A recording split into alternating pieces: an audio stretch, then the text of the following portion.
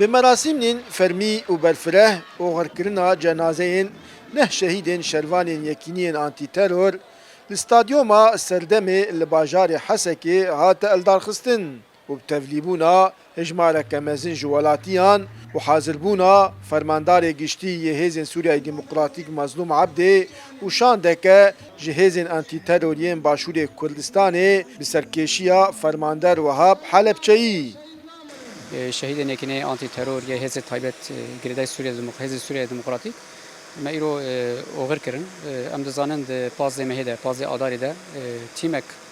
جهازن آنتی ترور برای خداوو باشور کردستانی باجار سلیمانی ده چارچوبه خباتن هفش ادنا ورمه و حزب کردستانی ایلندجی داعش ده البته اف تیم برای خداوو دارید انجام قضایا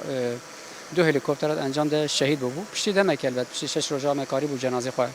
ور بگرین و درباسی هر من باکور وجدات سوری بکی ایروجی هلبت به تبلیغونه که گرسایی یا گل تبلیغونه که لشکری به آماده بونه هنه کزن کردستانی متابعتی جه هزن آنتی ترور باشور کردستانی به تبلیغونه آن اف مراسم هات لدرخستن. Di merasimên oxirkirina cenazeyên van her neh şehîdên yekîniyên antîteror torineke leşgerî hate pêşkêşkirin û piştî xwendina wesîqeya şehadeta her neh şervanan fermandarê giştî yê Hêzên Sûriyayê Demokratîk axivî û di axaftina xwe de tekez kir li ser parastina wan destkeftiyên yên got bi xwîna şehîdan li Rojavayê Kurdistanê hatiye qezençkirin.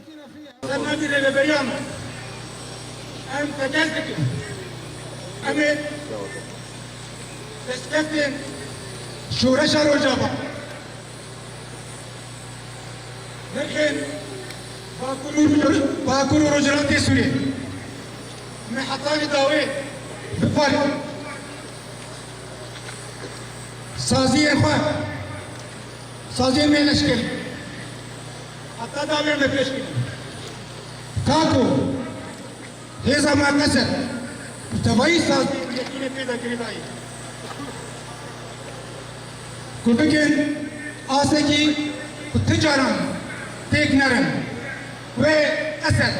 tebehezeke ticaran ve teknerin. Piştî dawîkirina merasimên oxirkirinê wê her neh şehîd li deverên yên got jê dayîk bûne wê bi axa wê deverê bêye spartin. Hêjaya gotinê got êvara pazdê vê mehê de û ji encamê ketina dê helîkopteran li Başûrê Kurdistanê dema got ew şervan ji Rojava ber bi Silêmaniyê ve diçûn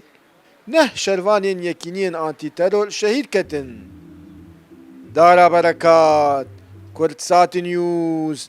Hesekê.